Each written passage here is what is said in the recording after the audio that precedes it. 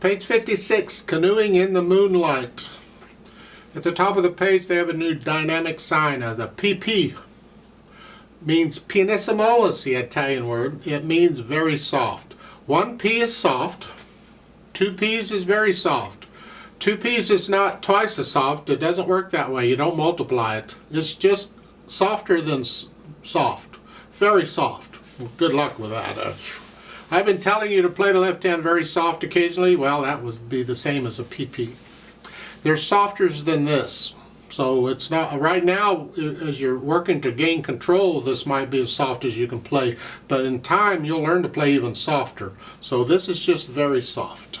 Now, for this piece, they're telling you you're using the different chords. We're in the key of G major, by the way. Oops, I just told you what it was. I don't think I was supposed to tell you that. Oh, well. But so you got a 1 chord, a G chord, and then the 5/7 chord. Well, you're also using a 4 chord. But they're broken chords. You see the notes going all over everywhere. They're just going crazy. And you're thinking, good Lord, what's going on?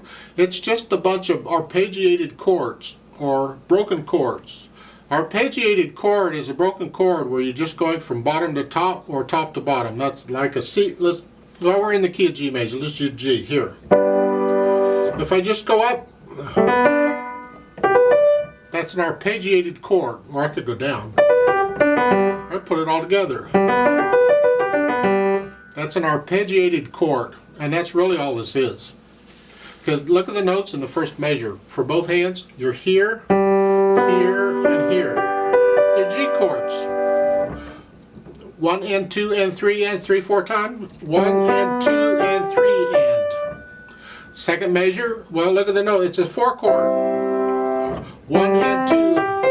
It's not too bad, I hope. Measure 3, it's. And then for measure 4, the left hand's got to play the high G, and then you go down. That's still an arpeggiated chord. You just went up and then back down.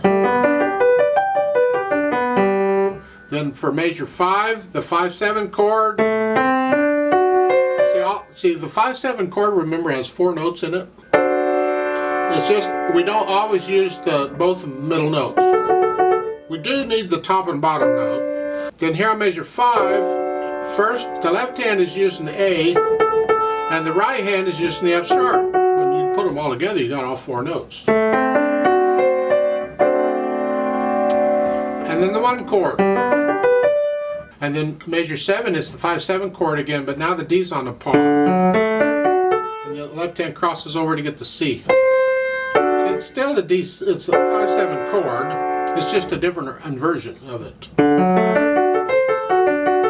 And then, so the whole thing is just a bunch of broken chords till you get to measure 14, and now a block. Actually, that's a broken chord too.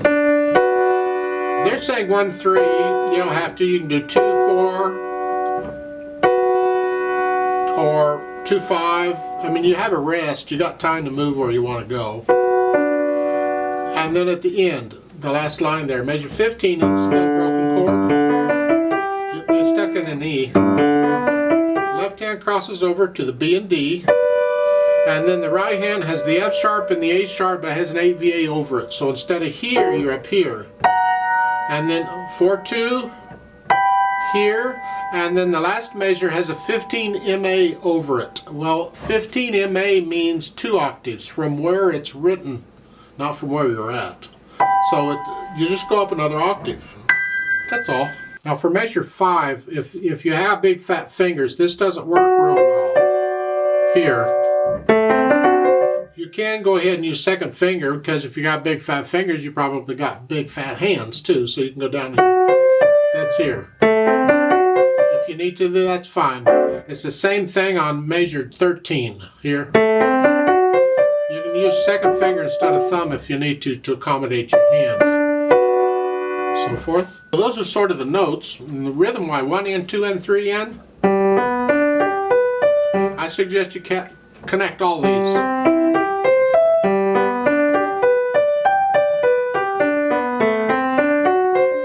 And I would recommend at first we do this similar to the scales in my scale videos, where you exaggerate the accent.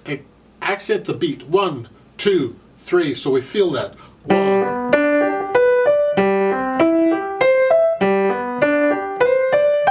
1.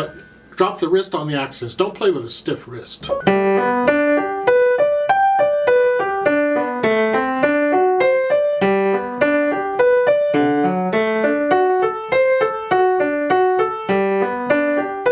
forth. And then you can gradually speed it up and smooth it out a little bit. But you still want to feel that 1, 2, 3, 1, 2, 3.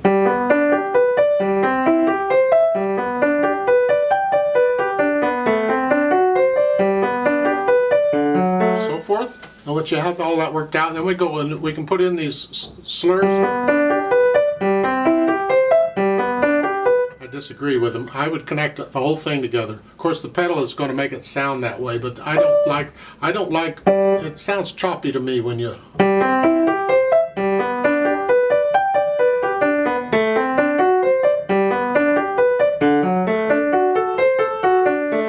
I just don't like all the choppiness. So in my opinion, just slur it all together. Dynamic wise, well, medium soft, that's everything. Moderately soft, sort of soft, whatever you think that is. And then when you get to measure 5 or measure 3, you're going to swell up to medium loud and back down. Remember, there's not a lot of difference between medium soft and medium loud. They're just a little louder. So it's just going. That's your medium loud note, and come back down. And then over on measure 7 and 8, you do that again.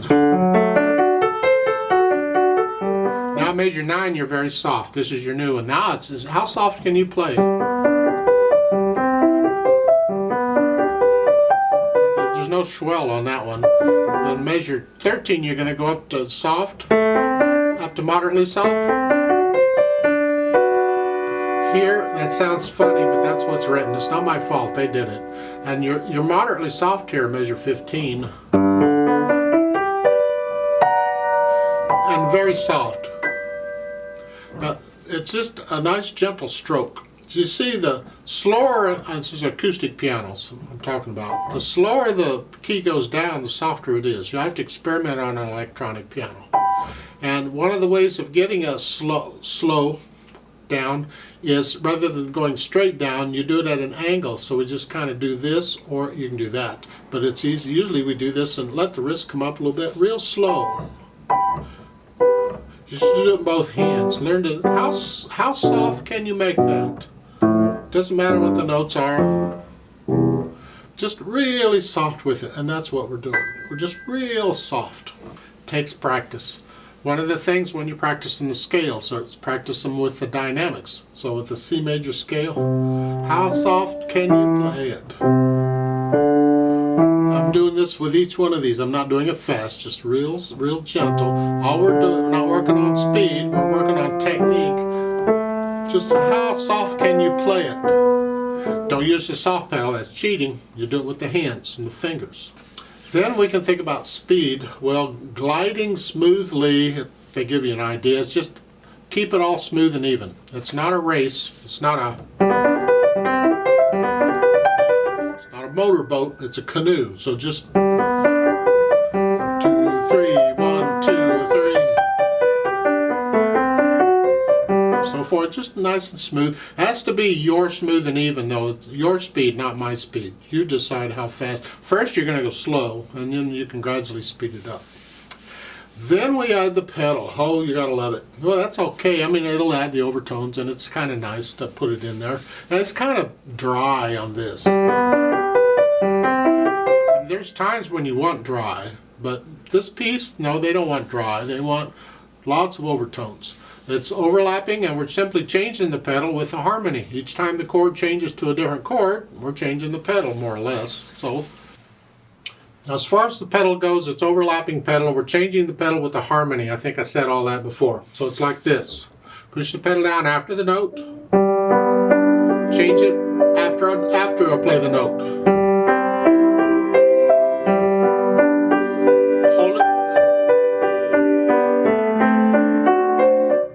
Throughout the whole piece. Now when you get to the bottom of page 57 of measure 15, they want you to hold the pedal down for the last 3 measures. Here.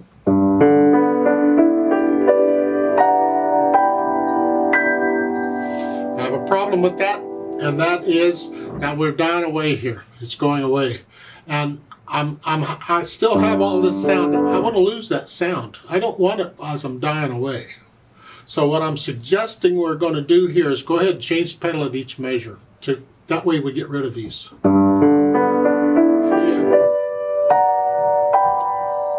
And at the end, all you have is this and this.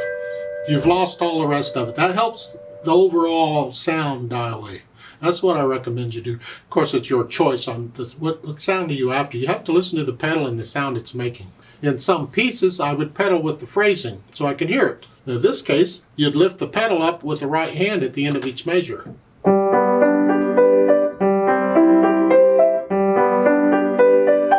See, in this particular piece, I don't really think we want the phrasing per se. I think it sounds better all connected. So there we'll just do overlapping pedal throughout. That's fine.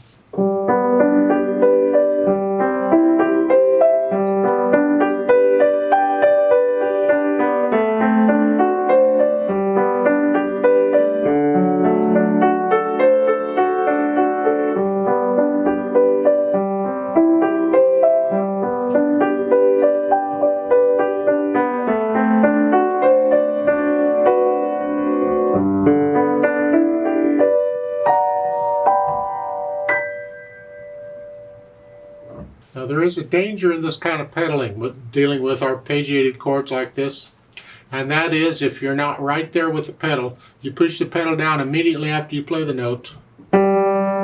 If you're too slow with it and you've gone on, you won't catch the first note. It'll, the first note goes away. So what you can do to help that, what I typically do, it's actually a habit, is I'll finger pedal the first note. I'll hold it down until I've pedaled. So I'll hold it down maybe like a quarter note. Like so. That helps to ensure I've had time to catch it with the pedal before I go on.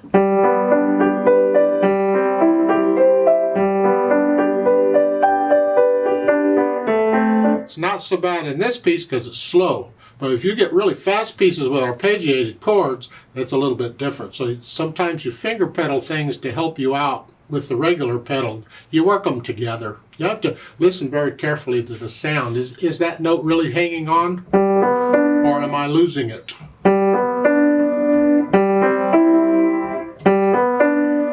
So forth, you have to listen. I like to play this with you very slowly. I'm not going to do the pedal. I'll give us 3 counts. Not going to do the dynamics. I can't slow down at the end. I know I can't do a lot of stuff. I know. So let's just try it together very slowly. 1 and ready and go. And 1 and 2.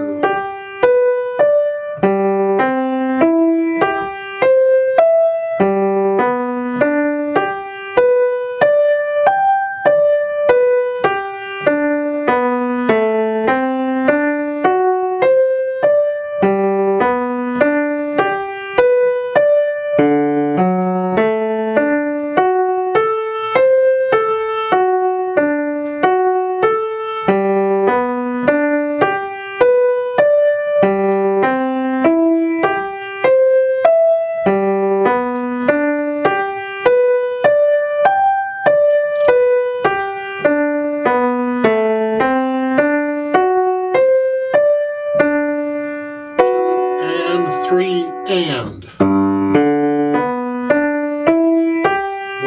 and 2 and 3 and 1, 2 and 3 and off.